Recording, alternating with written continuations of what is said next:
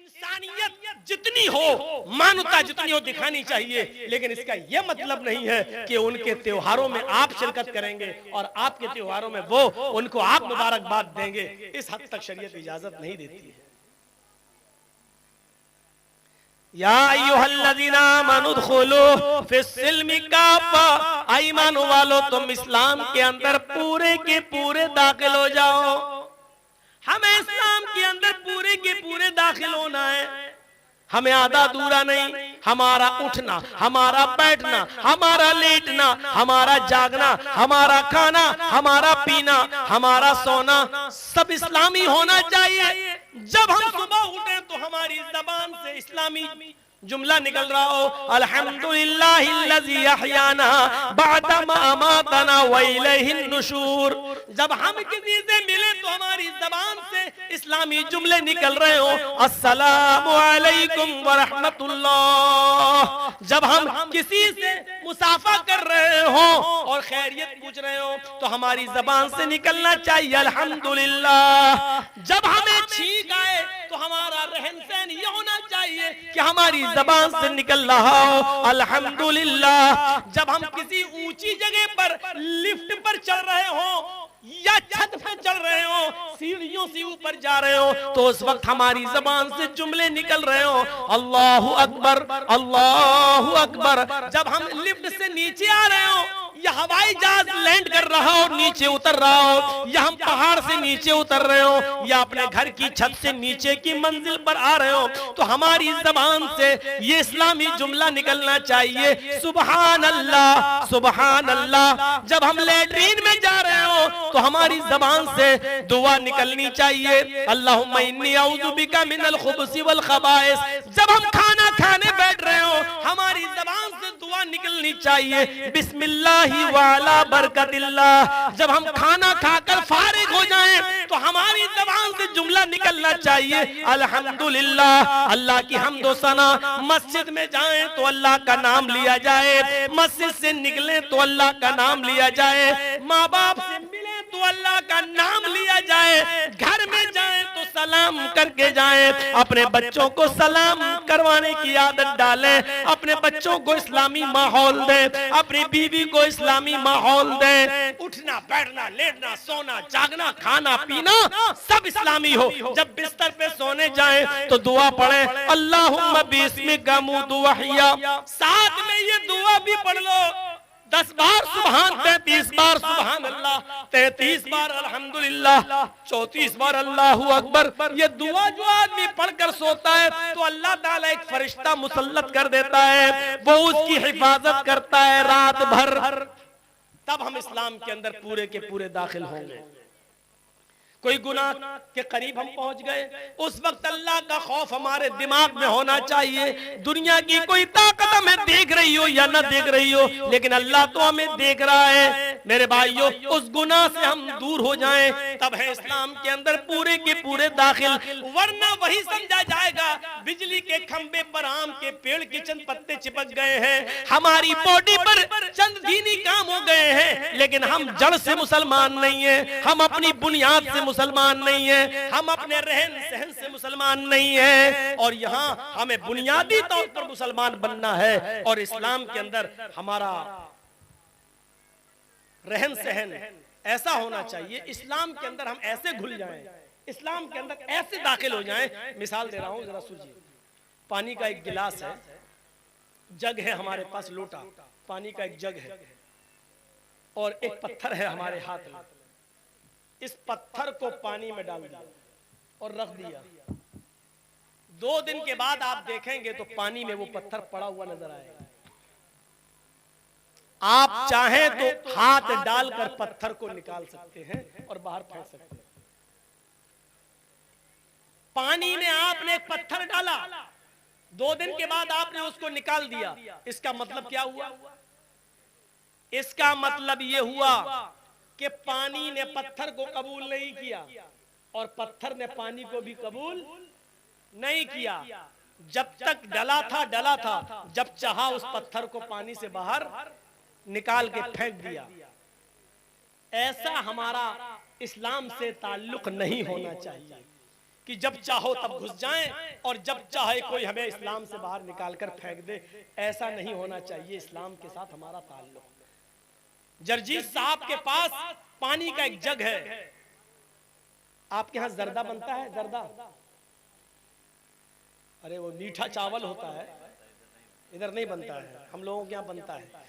तो उसमें खाने वाला रंग होता है। आपके यहाँ खाने वाला रंग तो बहुत सी चीजों में डाला जाता होगा। जलेबी में डाला जाता है, पुलाव में भी डाला जाता है रंग। आप जाइए और 2 रुपए का 5 रुपए का खाने वाला रंग किसी दुकान से ले आइए और वो खाने वाला रंग पानी के उस जग में डाल दीजिए। 2 दिन आप इंतजार आपको नहीं करना है, 1 मिनट भी आपको इंतजार नहीं करना होगा।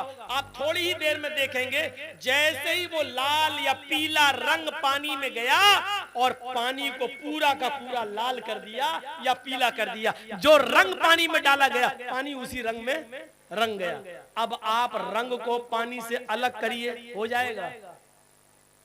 जो रंग आपने पानी में डाला है अब आप पानी से रंग को अलग करिए, नहीं होगा। और पानी को रंग से अलग कीजिए, वो भी नहीं होगा।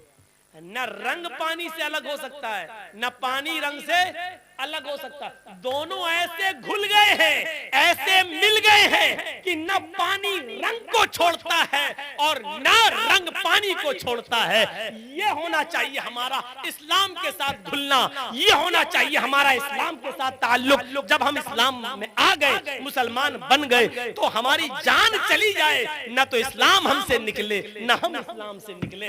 ये होना चाहिए पानी और रंग की तरह हमारा इस्लाम के साथ रिश्ता है। यहाँ चंद डंडे पड़ते हैं मॉब लिंचिंग के मौके पर तो आदमी जय श्री राम के नारे लगाने लगता है। हालांकि वो मौत का डर होता है, वो तो जिसके ऊपर बीतती है वही जानता है, मैं ये नहीं कह रहा हूं। लेकिन हमारा ताल्लुक इस्लाम के साथ ये होना चाहिए कि ऐसे हम इस्लाम में घुल जाएं और इस्लाम हम में ऐसे घुल जाए कि हमको इस्लाम से दूर किया जाए या इस्लाम को हमसे दूर किया जाए तो ना हो। हर हाल में हम, और इसकी जीती जागती मिसाल है हजरत सुमैया का वो वाकया जब उनके दोनों पैर बांध दिए गए और दोनों हाथ बांध दिए गए और सुमैया से कहा गया, एक नेजा लाया गया और कहा सुमैया देख, मोहम्मद के रब को छोड़ दे, जिनको तू पहले मानती थी उन्हीं को अपना माबूद मान ले। तो सुमैया ने क्या कहा? हाशा व कल्ला, हरगिज नहीं। अबू जहल ने वो नेजा निकाला, अबू जहल ने वो नेजा उठाया और पूरा का पूरा सुमैया के जिस्म में, सुमैया की शर्मगाह के अंदर, सुमैया के पेशाब के रास्ते में पूरा का पूरा वो नेजा दाखिल कर दिया। इधर से डाला और उस तरफ निकाल दिया। सुमैया के हाथ पीछे से बंधे थे। वो बूढ़ी औरत थी, आसमान पर नजरें डालती है। उस मौके पर भी उसकी जबान से ये नहीं निकला, आय अल्लाह तू मेरी मदद कर या मुझे बचा ले। उसने अपनी जिंदगी के बारे में नहीं कहा, उसने दुआ भी मांगी तो ये दुआ मांगी, या रब्बी सब्बित क़दमैया अला दीनिक या अरहमर राहिमीन। आय अरहमुर राहिमीन, आय रहम करने वाले, आय हमारे रब, इसका नेजा मेरी शर्मगाह को पार कर गया है। इसकी दी हुई तकलीफ से कहीं मैं इस्लाम न छोड़ बैठूं, कहीं दीन न छोड़ बैठूं। आय अल्लाह मुझे मेरे दीन पर जमा देना, मुझे मेरे दीन पर साबित रखना। आय अल्लाह इसकी दी हुई तकलीफों से कहीं मैं दीन न छोड़ बैठूं, कहीं तकलीफों से तंग आकर मैं दीन कुर्बान न कर दूं। उस मौके पर भी वो अपने दीन की सलामती मांग रही है। ये है इस्लाम में रंगना। सुमैया को सताया गया लेकिन सुमैया इस्लाम नहीं छोड़ रही है, इस्लाम सुमैया को नहीं छोड़ रहा है। ये जिंदगी होनी चाहिए हमारी इस्लाम लाने के बाद और इस्लाम के साथ। लाख दुनिया कोशिश करे। अभी जा रहे हो ना तकरीर के बाद, कल शादी होगी हमारे बच्चे की, हम 3 लाख रुपए मांगेंगे। इस तकरीर का असर कल पता चल जाएगा, कितना इस्लाम हमारे अंदर आया है। अपने बेटे की शादी में लड़की वाले से 2 लाख रुपए हम मांगेंगे, 3 लाख मांगेंगे, मोटरसाइकिल मांगेंगे। आप देख लीजिएगा, ये इस्लाम हमारी जिंदगी के अंदर है। ये इस्लाम, सुमैया का इस्लाम देखो। और उसके बाद 2 ऊंट मंगाए गए। एक ऊंट का चेहरा पूरब की तरफ कर दिया गया, दूसरे ऊंट का चेहरा पश्चिम की तरफ कर दिया गया। ये पैर सुमैया का इस ऊंट से बांध दिया गया और दूसरा पैर सुमैया का दूसरे ऊंट से बांध दिया गया। एक ऊंट का चेहरा पूरब की तरफ, एक का पश्चिम की तरफ। सुमैया के दोनों पैर बंधे, हाथ तो पीछे से पहले ही बंधे हुए थे। अबू जहल ने कोड़ा उठाया, आए सुमैया, अभी इन ऊंटों को भगाऊंगा और तू चीर दी जाएगी। तेरे पैर एक इधर एक उधर चीर दिया जाएगा और बीच से तेरे 2 टुकड़े कर दिए जाएंगे। अब भी तू मोहम्मद का दीन छोड़ दे, अब भी तू इस्लाम छोड़ दे। सुमैया नजरें आसमान पे डाल के कहती है, अय अबू जहल, मुझे पागल समझ रखा है क्या? इस्लाम में कैसे घुल गई थी। ये देखिए मंजर, इस्लाम में कैसे घुली हुई थी वो। कहती है, अय सुमैया,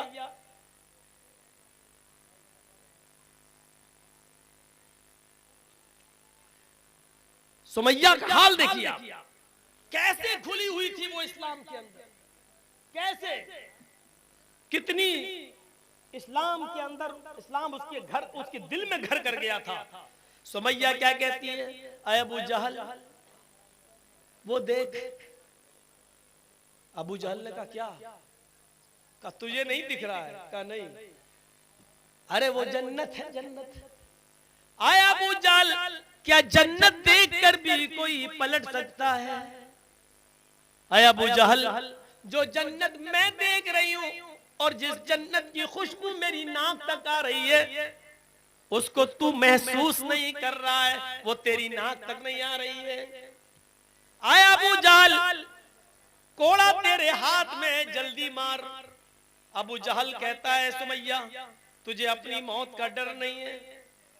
सुमैया मुस्कुरा के कहती है, अबू जहल, जल्दी मारना इन ऊंटों को, जल्दी भगा इन ऊंटों को। जितनी देर तू इन ऊंटों को भगाने में लगा रहा है, कसम है काबे के रब की, उतनी देर मुझे जन्नत में जाने में लग रही है। इस मंजर को देखकर आप क्या कहेंगे मेरे भाइयों? वो कैसे इस्लाम के अंदर रच गई थी, बस गई थी, कैसे, क्या चीज थी उसके अंदर जो इस्लाम उसके अंदर घर कर गया था। इस तकलीफ को देखकर भी वो पलटी नहीं, घूमी नहीं, और अबू जहल ने गुस्से में ऊंटों को भगा दिया। इब्ने साद के अल्फाज है तबकात के अंदर कि सुमैया के बीच से 2 टुकड़े हो गए, सर बच गया, यहां से एक जिस्म का हिस्सा अलग हो गया और एक हिस्सा सर के साथ बच गया। लेकिन मरते वक्त सुमैया के चेहरे पे मुस्कुराहट बाकी थी। अबू जहल ने पत्थर उठाकर अपने सर पे मारना शुरू कर दिया।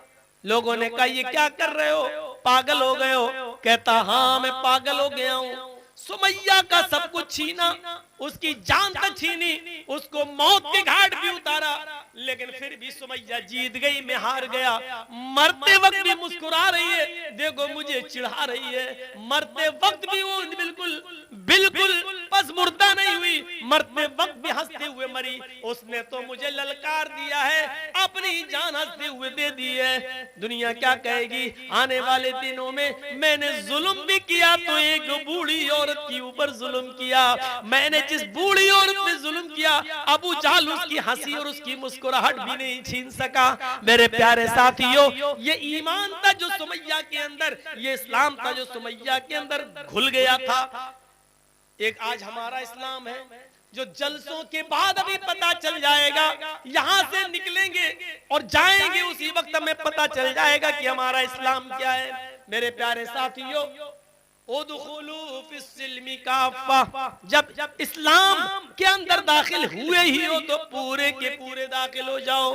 कुरान कहता है या अय्युहल्लज़ीना आमनू ला तुल्हिकुम अमवालुकुम वला औलादुकुम अन ज़िक्रिल्लाह व मन यफ़अल ज़ालिका फ़उलाइका हुमुल ख़ासिरून। ईमानो वालो, तुम्हें तुम्हारे माल और तुम्हें तुम्हारी औलादें कहीं अल्लाह के जिक्र से गाफिल न कर दे। जो ऐसा करेगा वो बहुत बड़ा नुकसान उठाएगा। अनफिकू मिम्मा रज़क़नाकुम मिन क़ब्ल अन यातिया अहदकुमुल मौत फयक़ूल रब्बी लौला अख़रतनी इला अजलिन क़रीब फ़असद्दक़ व अकुम मिनस सालिहीन। मौत के वक्त आदमी की जो तमन्ना होती है, मौत के वक्त आदमी की जो ख्वाहिश होती है, वो कुरान पेश कर रहा है। क्या कहेगा? अल्लाह कहता है उस मौत के आने से पहले अल्लाह के राह में खर्च कर दो। व अनफिकू मिम्मा रज़क़नाकुम, अल्लाह ने हमने तुम्हें जो रिज़्क़ दिया है उसमें से खर्च करो।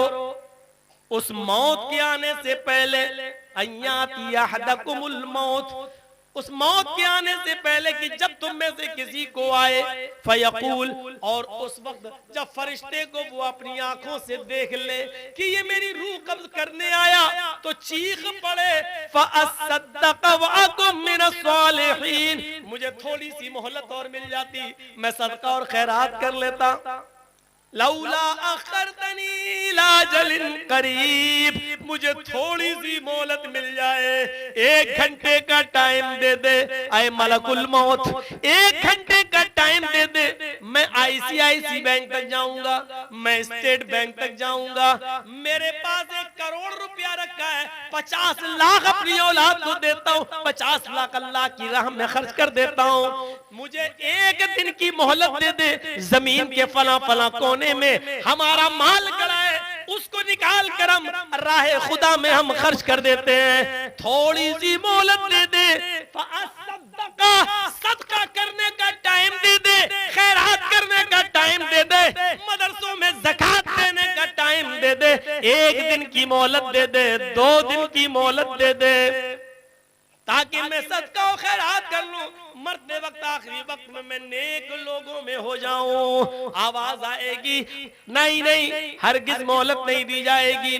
वलन युअखिरल्लाहु नफ्सन इज़ा जाअ अजलुहा, जब किसी की मौत का वक्त आ जाता है, जब किसी का फिक्स टाइम आ जाता है तो अब उसको मोहलत नहीं दी जाती है, हरगिज नहीं। अल्लाह लालची नहीं है, अब 50 लाख के लिए 1 करोड़ के लिए तुझे 1 दिन की मोहलत दे देगा, नहीं नहीं, अब तेरी मौत का वक्त आ चुका है, अब तुझे मोहलत नहीं दी जाएगी, बिल्कुल नहीं। मेरे प्यारे साथियों, मोहलत मिल चुकी है और अभी मिल रही है, कोई भरोसा नहीं है मौत का, उससे पहले खर्च कर लो, सदका दे दो, खैरात कर लो, जो चीज तुम्हें करना कर लो, अभी जो तुम दे दोगे वही तुम्हारा है, जो खर्च कर लिया वही आपका है, जो आपके पास है वो आपका नहीं है, जो आपके पास है वो आपका नहीं है, जो खर्च कर चुके हो अल्लाह की राह में वो आपका है, क्योंकि वो एक जगह जमा हो चुका है। फरमाया जनाब मोहम्मद रसूलुल्लाह सल्लल्लाहु अलैहि वसल्लम ने, बादिरू बिल अमाली सबअन हल तंतज़िरून इल्ला फक़रम मुनसिया औ गिनन मुदगिया औ मरज़न मुफसिदा औ हरमन मुफनिदा औ मौतन मुजहिजा। 7 चीजों के आने से पहले नेक अमाल में जल्दी करो, 7 चीजों के जाहिर होने से पहले नेक अमाल में जल्दी करो। अगर तुम गरीब हो तो अमीर बनने से पहले नेक अमाल करो। हल तंतज़िरून इल्ला फक़रम मुनसिया, क्या तुम अगर तुम अमीर हो, अगर तुम दौलतमंद हो तो ऐसी फकीरी का इंतजार मत करो जो तुम्हें इल्ला फक़रम मुनसिया, हल तंतज़िरून इल्ला फक़रम मुनसिया, क्या तुम ऐसी फकीरी का इंतजार कर रहे हो जो तुम्हें सब कुछ भुला दे। पैसा है, दौलत है, अभी आप सर्दियों में गर्म कपड़े ले सकते हो, गीजर ला सकते हो, गर्म पानी से नहा सकते हो, गर्म कपड़े लाकर फजर में जा सकते हो, अभी पैसा है तुम्हारे पास, क्या तुम गरीबी का इंतजार कर रहे हो? जब सब छिन जाएगा तब जाओगे नेक अमल करने, जब कुछ नहीं रहेगा तब जाओगे। तो गरीब होने से पहले नेक अमाल कर लो। औ गिनन मुदगिया, अगर फकीर हो तो टाइम ही टाइम है तुम्हारे पास, वक्त ही वक्त है, नेक अमाल कर लो। क्या अमीर हो जाओगे तब नेक अमाल करोगे? ऐसे अमीर जो तुम्हें सरकश बना दे।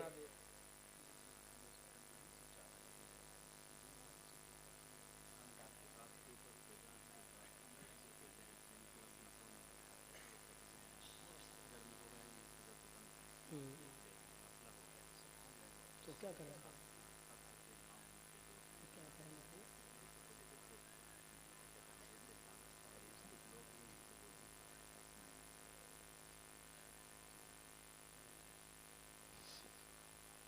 तो इन 7 चीजों के आने से पहले हमें और आपको नेक अमल करना है। अगर अमीर हो तो गरीबी से पहले, गरीब हो तो अमीरी से पहले। जब गरीब आदमी अमीर बनता है ना तो एकदम सरकश हो जाता है, वो सोचता हमने अपने हुनर से कमाया। तो ऐसी सरकशी का इंतजार, ऐसी अमीरी का इंतजार मत करो। औ मरजन मुफसिदा, तंदुरुस्त हो, सेहतमंद हो तो मरीज से पहले, बीमारी से पहले नेक अमल कर लो। अच्छे खासे हो, नमाज नहीं पढ़ रहे हो, जब एक्सीडेंट हो जाएगा, टांग टूट जाएगी, तब जाओगे नमाज पढ़ने। औ हरमन मुफनिदा, जवान हो इबादत कर लो। क्या ऐसे बुढ़ापे का इंतजार कर रहे हो जो तुम्हारी अकल खराब कर दे? जवानी में नमाज नहीं पढ़ी, अब अकल खराब हो गई, अब जा रहे हो नमाज पढ़ने, पता ही नहीं वुजू में 3 बार धो रहे हो कि 5 बार धो रहे हो, सजदे 2 कर रहे हो कि 8 कर रहे हो, अकल खराब हो, अब जाओगे इबादत करने। और मौतन मुझिजा, या अचानक आ जाने वाली मौत से पहले नेक अमल कर लो। जिंदा हो तो अमल करो, क्या मौत का इंतजार कर रहे हो? अब दज्जाल फशर्रु गाइब युंतज़र, क्या खुरूज दज्जाल का इंतजार कर रहे हो? जब दज्जाल निकलेगा तब तुम नेक अमल करोगे। अब फसाअतु अदहा अमर, क्या कयामत का इंतजार कर रहे हो? कयामत से पहले नेक अमल कर लो। तो मेरे प्यारे साथियों, याद रखिएगा, सबसे बेहतर चीज होती है सदका और खैरात। जो इंसान की तकदीर में बहुत सी चीजें लिखी हुई होती हैं, लेकिन सदका आने वाली मुसीबतों को भी टाल देता है, आने वाली मुसीबतों को भी दूर कर देता है। सदका और खैरात, तो मेरे भाइयों ज्यादा से ज्यादा सदका और खैरात करके आने वाली मुसीबतों से अपने आप को बचाओ। तकदीर में यह भी लिखा होता है कि इस आदमी के ऊपर ये मुसीबत आने वाली थी, इसका एक्सीडेंट होने वाला था, लेकिन ये फला दिन ऐसा सदका करेगा, इस सदके की वजह से उसका एक्सीडेंट टल जाएगा। ये मुसीबत आने वाली है, लेकिन सदके की वजह से ये मुसीबत उसकी टल जाएगी। ये सब चीजें लिखी हुई हैं। तो जितना चंदा होना चाहिए उतना हुआ नहीं।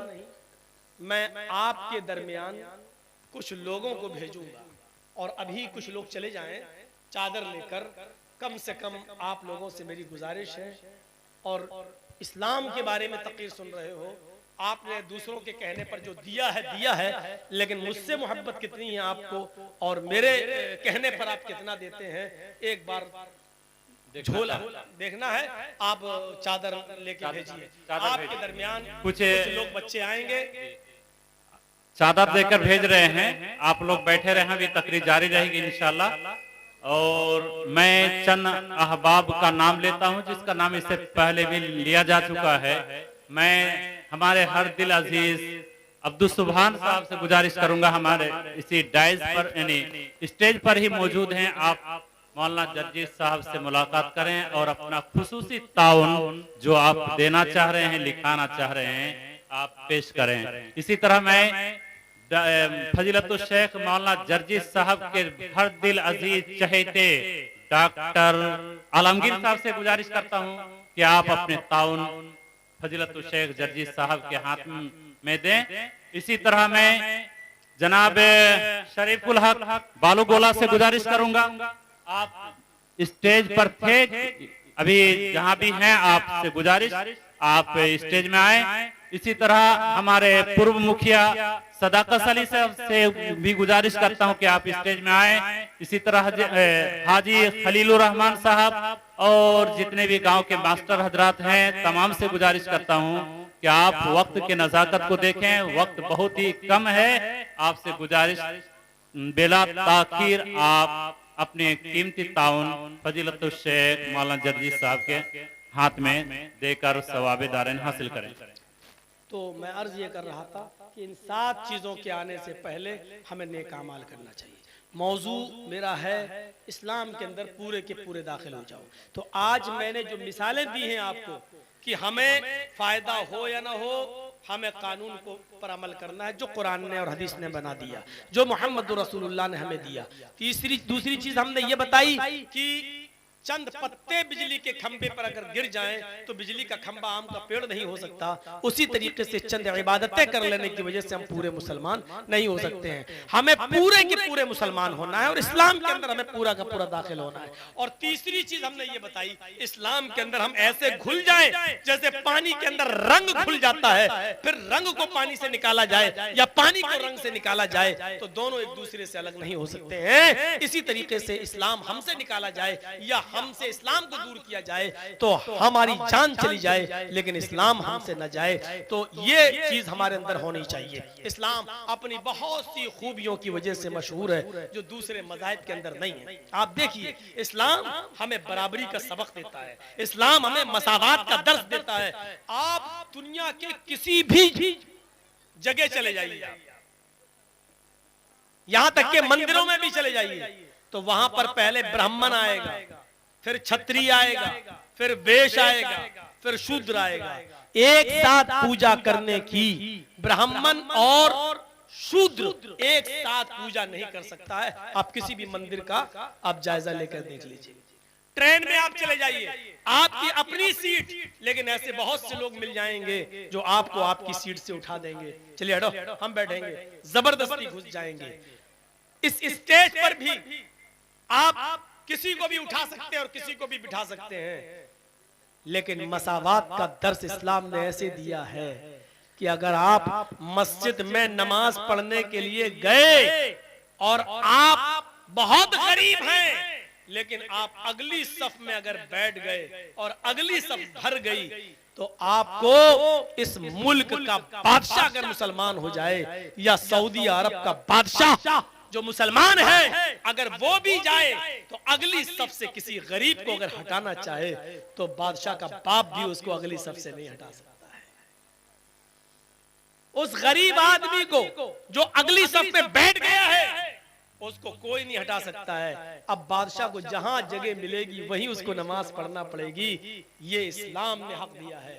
तुम अपने घर में किसी को भगा सकते हो, अपने घर में किसी को उठा सकते हो, अपनी पंचायतों से उठा सकते हो। ये मस्जिद हमारा घर है और हमारे घर में आए हुए सब बराबर हैं, फकीर भी और अमीर भी, गरीब भी और बादशाह भी। लिहाजा जो पहले आया अगली सफ में बैठ गया उसको भी ज्यादा सवाब लेने का हक है और बादशाह भी उसको अगली सफ से हटाने का पावर नहीं रखता है।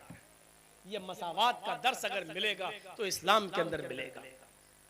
हजरत उमर फारूक जब यरूशलेम जा रहे थे और यरूशलेम से बैतुल मुकद्दस तक जब ऊंट का सफर कर रहे थे तो ऊंट के ऊपर कुछ सामान लदा हुआ था, इसलिए ऊंट के ऊपर एक ही आदमी बैठ सकता था। सामान लदा हुआ था, एक ही आदमी बैठ सकता था। तो हजरत उमर ने ये कानून बना दिया, बैतुल मुकद्दस तक जाते हुए 1 मील तुम पैदल चलोगे, मैं ऊंट पर बैठूंगा, फिर 1 मील मैं पैदल चलूंगा, तुम ऊंट के ऊपर बैठोगे। तो एक बार हजरत उमर बैठते तो उनका गुलाम ऊंट की लगाम पकड़ता। 1 मील के बाद फिर हजरत उमर ऊंटनी की लगाम पकड़ते और उनका गुलाम बैठता। ऐसे होते होते जब बैतुल मुकद्दस आ गया, सामने दिखने लगा, उस वक्त हजरत उमर फारूक की बारी आ गई कि तुमको ऊंट की लगाम पकड़ना पड़ेगी और गुलाम की बारी आ गई कि उनको ऊंट पर बैठना है। गुलाम कहने लगा, अमीरुल मोमिनीन, अगर इस वक्त आप ऊंटनी की लगाम पकड़ेंगे तो आपकी इज्जत का जनाजा निकल जाएगा, कचरा निकल जाएगा। मैं आपका गुलाम हूँ, आप बैठे रहिए, मैं ऊंटनी की लगाम मैं ही पकड़ता हूँ। हजरत उमर फारूक ऊंट से कूद गए, नीचे आ गए, गुलाम से कहा तुम बैठो, मैं तुम्हारी वजह से, मैं बेइज्जती की वजह से, इस जनाजा निकल रहा, मेरी इज्जत का कचरा, इस वजह से मैं इस्लाम के इंसाफ का मर्डर नहीं करूंगा, मसावात का मर्डर नहीं करूंगा, समानता का मर्डर नहीं करूंगा। बैठो, अपने गुलाम को बिठाया, हजरत उमर ऊंट की लगाम पकड़ के चल रहे हैं। हजरत उमर ऊंट की लगाम पकड़ के चल रहे हैं। वहां कुछ यहूदी खड़े हैं, कह रहे हैं लोगों से कि आए मुसलमानों, क्या तुम्हारा अमीरुल मोमिनीन वो है जो ऊंट के ऊपर बैठा हुआ है? और मुसलमान बैतुल मुकद्दस के पास जवाब देते हैं, नहीं नहीं, मेरा अमीरुल मोमिनीन तो वो है जो ऊंटनी की लगाम पकड़ के चल रहा है, और वो जो ऊंट के ऊपर सवार है वो तो उसका गुलाम है। उसके बैठने की बारी आई तो हजरत उमर फारूक ने उस बारी को कबूल नहीं किया और ऊंटनी की लगाम पकड़ना ही गवारा किया, लेकिन उस गुलाम को नीचे उतार कर उससे ऊंट की लगाम पकड़वाना गवारा नहीं किया। ये हजरत उमर है जो ऊंट की लगाम को पकड़े हुए हैं। इस मंजर को देखकर बहुत से यहूदी कलमा पढ़ रहे थे, अशहदु अल्ला इलाहा इल्लल्लाह व अशहदु अन्ना मुहम्मदन अब्दुहु व रसूलुहु। मेरे प्यारे साथियों, इस्लाम के अंदर पूरे के पूरे दाखिल होने का मतलब ये है, ये समानता भी दिखलाना पड़ेगी, ये बराबरी भी दिखलाना पड़ेगी। हाँ, तकवा भी अपने और अपने अकरबा के साथ इंसाफ भी करना पड़ेगा। मुल्क शाम हजरत उमर फारूक का बेटा गया हुआ था, एक जिहाद में जाना था, लेकिन वहां खजूर के पानी को जो सड़ गया था और नबीज उसमें किसी तरह नशा आ गया था, उसने वो पी लिया। हजरत उमर फारूक के बेटे ने पी लिया। पीने के बाद उमर फारूक के बेटे को नशा आ गया। वो समझे कि ये खजूर का सड़ा हुआ पानी है, इसमें नशा नहीं है। पी गए। पीने के बाद पता चला कि ये तो नशे वाली चीज थी, लेकिन लोगों में मशहूर हो गया उमर फारूक के बेटे ने नशा किया है। वो अमर इब्ने आस के पास आए और कहा कि मैंने नबीज पी ली थी, मुझे कोड़े मारे जाएं। हजरत अमर इब्ने आस ने उनको 40 कोड़े मार दिए। 40 कोड़े जब पड़ गए तो हजरत उमर फारूक को मदीने में जब पता चला कि मेरे बेटे को 40 कोड़े मारे गए, उसने नशा कर लिया था, तो एक घोड़ा भेजा, स्पेशल घोड़ा, और अमर इब्ने आस को एक लेटर लिखा, गवर्नर साहब मेरे बेटे को इस घोड़े पर बैठा के वापस कर दो और मदीने में भेजो। जब अमर इब्ने आस ने उमर फारूक के बेटे को मदीना में वापस करके भेजा तो बेटा सोच रहा था कि मेरे बाप खुश होंगे। बाप ने उनको घर में उनकी माँ से नहीं मिलने दिया। कहा बेटे इधर आओ, इधर खड़े हो जाओ, मैंने सुना है कि तुमने मुल्क शाम के अंदर नबीज पी ली थी जिसमें नशा आ गया था। बेटे ने कहा हाँ। कहा फिर तुम्हें सजा मिलनी चाहिए 40 कोड़ों की। कहा मेरे अब्बू वो तो मुझे अमर इब्ने आस ने 40 कोड़े मार दिए, मेरे पीठ पे पड़ गए हैं, मैं आपका बेटा हूँ, बेइंसाफी कैसे कर सकता हूँ? 40 कोड़ों की सजा तो मैंने मुल्क शाम में अपने ऊपर खा ली। हजरत उमर ने कहा नहीं बेटे, वो सजा नहीं मानी जाएगी, सजा वो होगी जो मैं तुम्हें दूंगा। फिर 4 जल्लाद मुतय्यन किए और चारों के हाथ में एक एक कोड़ा दे दिया और एक जल्लाद से कहा 10 कोड़े मार के तुम हट जाना, फिर दूसरा जल्लाद मारेगा। दूसरे से कहा 10 कोड़े तुम मार के हट जाना, फिर तीसरा मारेगा, ताकि जो कोड़ों की सख्ती बराबर रहे और कोई थक न जाए। इसलिए एक आदमी 40 कोड़े नहीं मारेगा, बल्कि 4 जल्लाद जोर जोर से 40 कोड़े मारेंगे। जब 40 कोड़े पड़ गए तो बेटे ने कहा अब्बू क्या ये बेइंसाफी नहीं है कि 40 कोड़े मैंने मुल्क के शाम में खाए, फिर यहाँ आने के बाद भी मुझे 40 कोड़े मारे गए, आखिर फिर मुझे वहां मुल्क के शाम में क्यों मारे गए? वो कोड़ों का क्या होगा जो मैंने वहां खाया? उमर फारूक का जवाब था मेरे बेटे, मुल्क शाम के अमीर गवर्नर के ऊपर मेरा एतबार नहीं है, उसने तुम्हें कोड़े मारे हैं, लेकिन मेरा दिल कहता है उसने तुम्हारे साथ रियायत बरती होगी, जितनी जोर से मारना चाहिए उतनी जोर से नहीं मारा होगा, इसलिए कि तुम अमीरुल मोमिनीन के बेटे हो, इसलिए कि तुम उमर फारूक के बेटे हो। मैंने सोचा कि वहां तुम्हें पक्का और सच्चा इंसाफ नहीं मिला होगा, आज मिला है। मैंने 4 जिल्लादों से 40 कोड़े पड़वाए हैं तुम्हें। ये थे मुस्लिम इस्लाम के अंदर इनको कहा जाता है कि ये पूरे के पूरे इस्लाम के अंदर दाखिल थे। मेरे प्यारे साथियों, 2 बजे तक ही परमिशन मिल सकी है, इससे ज्यादा नहीं। मैं अपनी बात को खत्म कर रहा हूं, लेकिन चलते चलते फिर मैं कहना चाहता हूं, जो लोग इस कपड़े में नहीं डाल सके हैं वो स्टेज पर भी आकर हमें दे सकते हैं, मुझसे मुसाफा कर सकते हैं। मैं थोड़ी देर बैठता हूं आपके पास, जो लोग देना चाहें वो हमारे हाथ में भी लाकर दे सकते हैं। अल्लाह ताला से हम दुआ करते हैं कि बारे अल्लाह हमारी खताओं को माफ फरमा दे। अस्सलामु अलैकुम वरहमतुल्लाहि वबरकातुहू। कई दोस्तों और अहबाब जमात के साथ पर मैंने एक न्यू चैनल ओपन किया है जिसका नाम है जर्जीस अंसारी ऑफिशियल। तो आप हजरात से गुजारिश है कि मेरे इस चैनल को लाइक करें, शेयर करें, सब्सक्राइब करें और बेल आइकन दबाएं ताकि आपको हमारी न्यू वीडियोस आपको मिलती रहें। आपको हमारे इस चैनल का लिंक राजधानी चैनल के टैब पर हमारे इस चैनल का लिंक आपको मिल जाएगा। आप इसको ज़रूर सब्सक्राइब करें और इसको देखें। इंशाअल्लाह आपको न्यू वीडियोस इसमें मिलेंगी। अस्सलामु अलैकुम।